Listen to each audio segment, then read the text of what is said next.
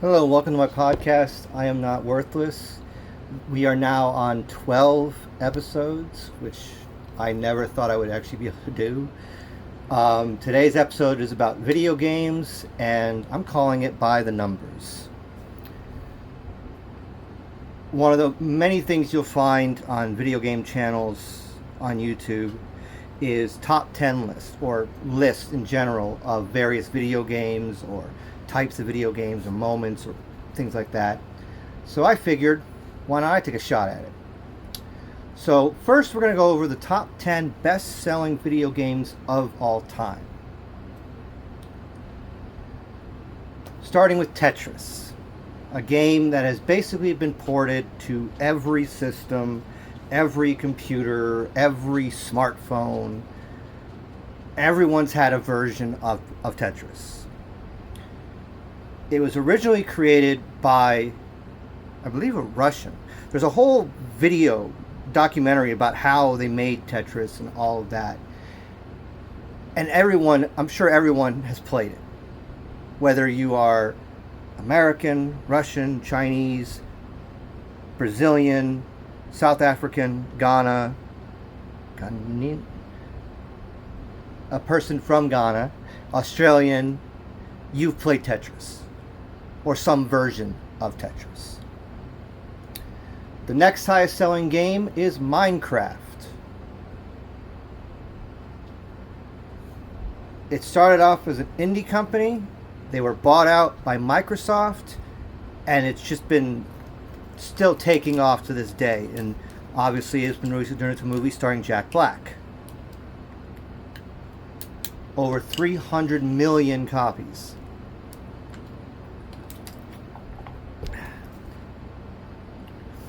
Next up is a game, Grand Theft Auto 5, around 200 million units, and still getting released until November at least, and then Grand Theft Auto 6 will take its place. It's gotten over $8 billion in revenue. It's spawned the online version of GTA.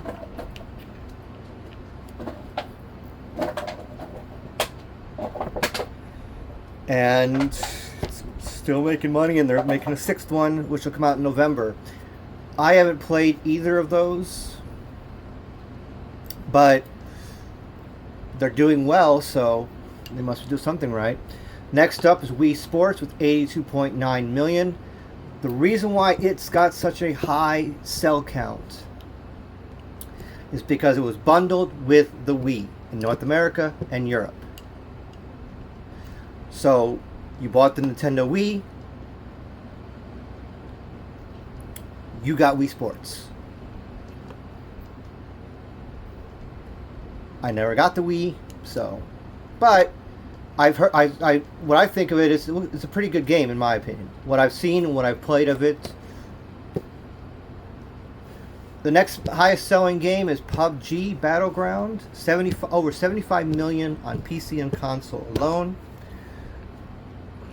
It is the game that has started the MOBA craze, the Battle Royale craze, and it's what everyone was chasing and what everyone was compared to until Fortnite took over. Next up, we have Mario Kart 8 Deluxe Edition as well. Over 70 million units between the two of them. Apparently half of all Switch owners have bought this game.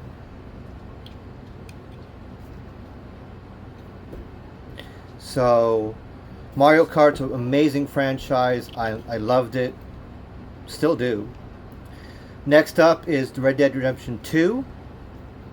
Over 65 million.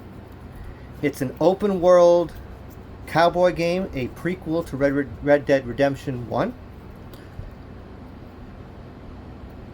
High detail, massive amount of exploration, slow pace, single player, and it's still making money.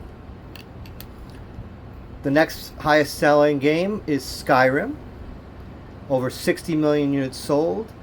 And the big joke with that is it's re-released on everything.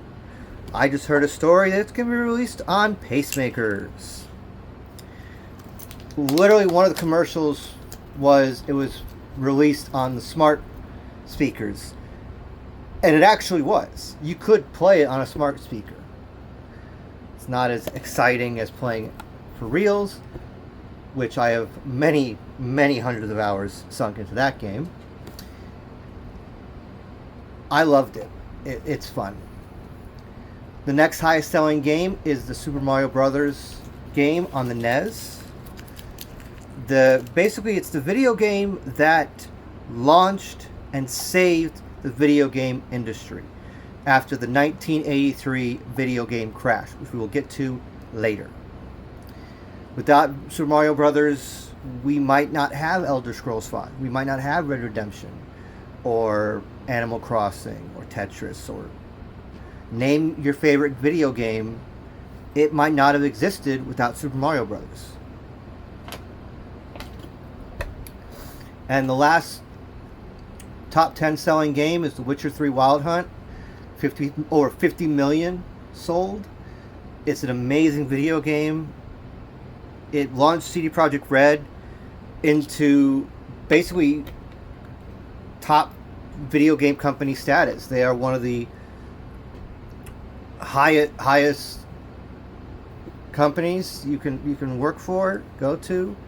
They now have their own video game store platform that sells many video games, not just their own. And they're releasing Witcher 4 soon, which will star Ciri as the lead protagonist. I'm looking forward to that game. I just love the open world exploration games. They're just freedom, as the best way I could describe them. Next up, we're going to look at the top 10 selling consoles and the video games that were the number one sellers. First up, the most selling console is the PlayStation 2 with over 160 million units sold when it was out. The game that launched it, or the game that was number one selling, was GTA San Andreas with 17.3 million sales. I was a Nintendo person growing up until the GameCube, and then when the consoles got too expensive, I stopped buying. The next highest selling console is the Nintendo Switch at 156 million units, and as we stated earlier, the Mario Kart 8 Deluxe is its highest selling game at 62 million. Depending upon how pricing goes, I think the Nintendo Switch 2 could climb up there and be one of the top 3 selling, if not number 1, maybe. The Nintendo DS at 154 million is the third highest selling console, with new Super Mario Bros. Being the highest selling game at 30.8 million. That was a very enjoyable game. The next highest selling is the Game Boy Color at 118.7. I had both. Pokemon Red, Green, and Blue are the number one selling games from that console era, or that console, at 31.3 million. Enjoyable games. I don't think I ever played Green, at least the original. I think they might have re-released it, and I might have played that re-release. The fifth selling console is the PlayStation 4 at 117.2 million units. And GTA 5 is the highest selling game on that console at 20 million. The sixth highest selling console is the PlayStation 1 with 102.5 million sold. Gran Turismo racing game at 10.8 million. Very enjoyable game. Very realistic looking. The next highest selling console is the Nintendo Wii at 101.6 million units. Wii Sports is the number one selling game there. Obviously, what was bundled with it, so of course it's going to be one of the highest selling games there at 82.9 million. Surprised it's not a match to the sales. I guess some people didn't want the bundle. The eighth selling console is the PlayStation 3 at 87.4 million, with GTA 5 again being the highest selling game there at 29.5 million. The Xbox 360 at 84 million, sorry. And Kinect Adventures is the number one selling game because it was bundled with some of them at 24 million. And last, top 10 selling game is the Game Boy Advance at 81.5 million. Pokemon Ruby and Sapphire at 16.2 million is the highest selling game for that console. Now notice how most of the consoles that dominate the top 10 are owned by Nintendo, whereas Rockstar, GTA 5, and GTA San Andreas dominated PlayStation consoles. Next up, we're going to talk about the biggest commercial flops in disaster releases, whether it's huge budget, whether it's super hyped marketing, or nobody bought it. First up is E.T. The biggest failure in video game history is E.T. the Extraterrestrial from the Atari 2600 back in 1982. They produced over 5 million cartridges. The game was made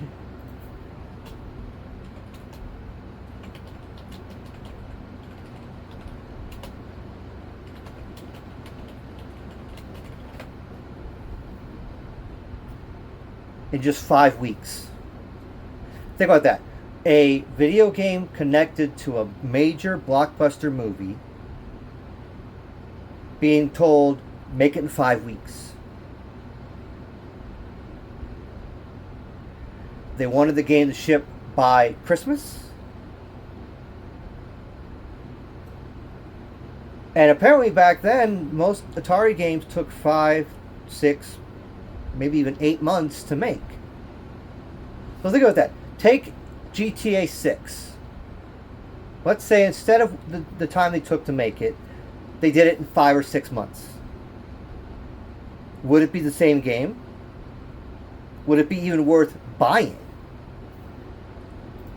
It led to the 1983 video game crash. And without Mario Brothers, it would have never recovered. The next biggest failure is from 2024, Concord, PS5 PC. It spent 8 years in development, over $200 million spent. It sold less than 25,000 copies and was taken offline after 2 weeks. Sony is very highly invested in wanting to make live service games, which, because there are so many that get made every year, and so many that are still out, that not many people try new ones or spend more than maybe a couple days on it. Next up is from 2017, Lawbreakers, a Steam game by Cliff Bleszinski. It's a hero shooter. Only a peak of 100 players played it. That's the peak player count. And they got shut down. The next biggest failure is Babylon's Fall from 2022. Square Enix and Platinum Games tried to make a live service game. 1 person played it.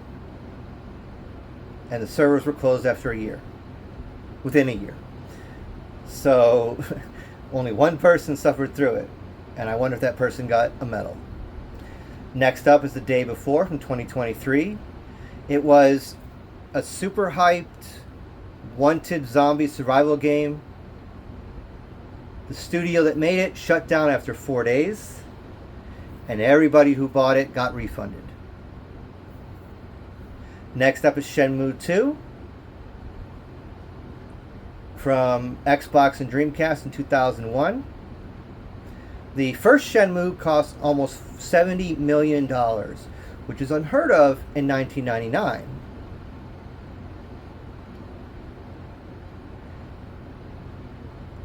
So Shenmue 2 basically was doomed to fail because the first one cost so much and they had to sell so many copies to make money. The next biggest failure is one I'm sure most people will remember, Daikatana from 2000. The commercials were basically saying that John Romero is going to make you his bitch. Underneath it was Suck It Down, super hyped, super pushed, super promoted, but after years of delays, with an outdated engine, it barely sold. And I think John Romero realized after that you need to be able to deliver, not just have a name attached to it. Next up is Too Human, 2008. 10 years in development, 3 platforms, and all copies, unsold copies, had to be recalled and destroyed because Epic Games sued Silicon Knights, the developer, and won, and that was the punishment. Next up is Radical Heights from 2018. They tried to make Fortnite. 2 weeks later, after the servers opened, the servers shut down and the studio collapsed. And the last biggest failure is Duke Nukem Forever. Duke Nukem 3D in, I believe it was 97, 98. Big commercial hit. Well received, well bought. People wanted a sequel. You kept hearing about, oh, Duke Nukem Forever, Duke Nukem Forever. 14 years. And it was garbage.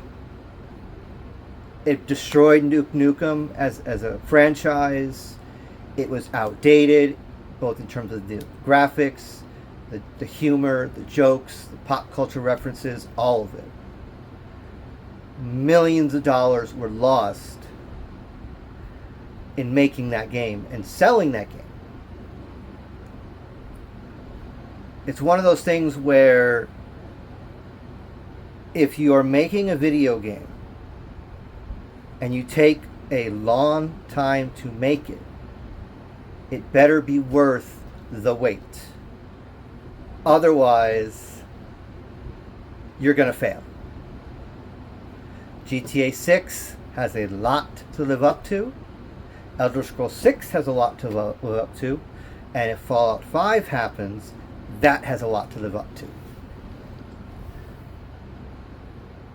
The most expensive physical video games ever sold is what we're going to cover next.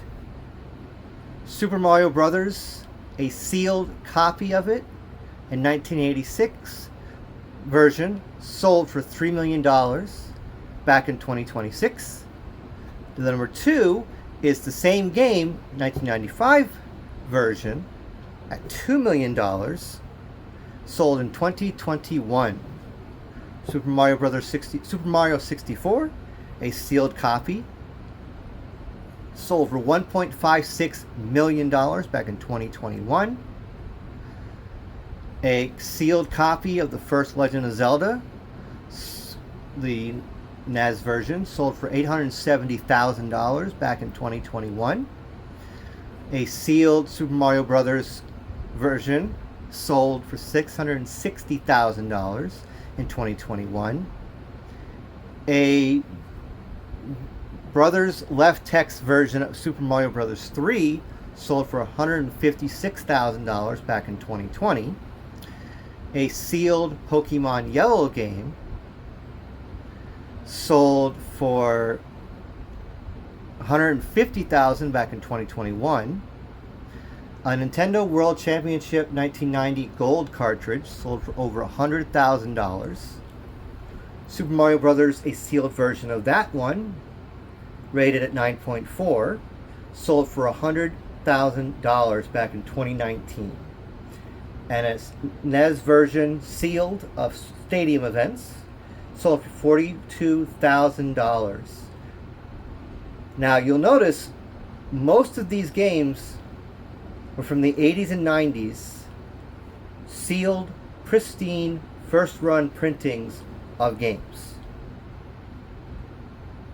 People are willing to pay a huge amount of money for sealed video games, especially if they're from the 80s or 90s. The last thing I'm going to cover is going to be the most expensive in-game items ever sold. We're looking at microtransactions, MMO economics, and digital flexing. The most expensive item ever sold in a video game is the planet Calypso. Entropia Universe is the game. $6 million. A real-world player paid $6 million to buy an entire planet back in 2011. And made millions of dollars off that planet by transaction fees of going and doing stuff on the planet. Dragonlore CSGO souvenir skin, $1.5 million. It was a factory new skin with rare esports tournament stickers. Just an outfit. No special properties, no special privileges, just looks awesome.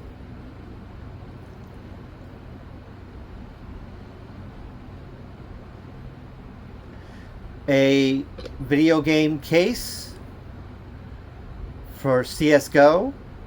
The owner refused $1.5 million cash offer. Back to Entropia Universe. Club Never Die, $635,000. John Jacobs mortgaged his real-life house to buy a virtual space station, built nightclubs on it, and sold it for $635,000. Depending upon what his house cost, he might have made money. Back to Entropia Universe. For $330,000, somebody bought the Crystal Palace space station. It earns passive revenue for the person who bought it back in 2009.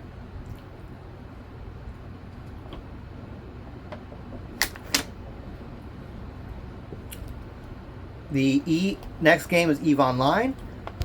EVE Online Keepstar Citadel Titan fleets. $300,000 worth of ships and space stations destroyed in a single massive war event. Next up is Dota 2. Revenant Ethereal Flame Pink War Dog. $38,000. It was a rare skin that was sold in 2013 before Valve patched skin rarity systems, so make it, I'm sure, more fair and less lucrative. Age of Wulin was an MMO. It was the amphibious pet sold before the game even launched at a pre-launch auction for $16,000. Same game, same thing. Was an Unreal Dark Blade, one-of-a-kind sword, sold at the same auction before the game even launched. The last highest selling is a $5,000 armor set from an MMO. It was a 2000s legacy MMO that before microtransactions were well known, well spread, and well found everywhere. Video games are a major player in economies the world over. If you have an idea for a video game, you can potentially make a ton of money. I'll leave you with this. What is the most money you've ever spent on a video game? Either just the game or an in-game item. Thank you so much for listening for this podcast. Next week's topic is going to be universal health care, the pros and cons. Thank you so much for listening. I'll see you next week.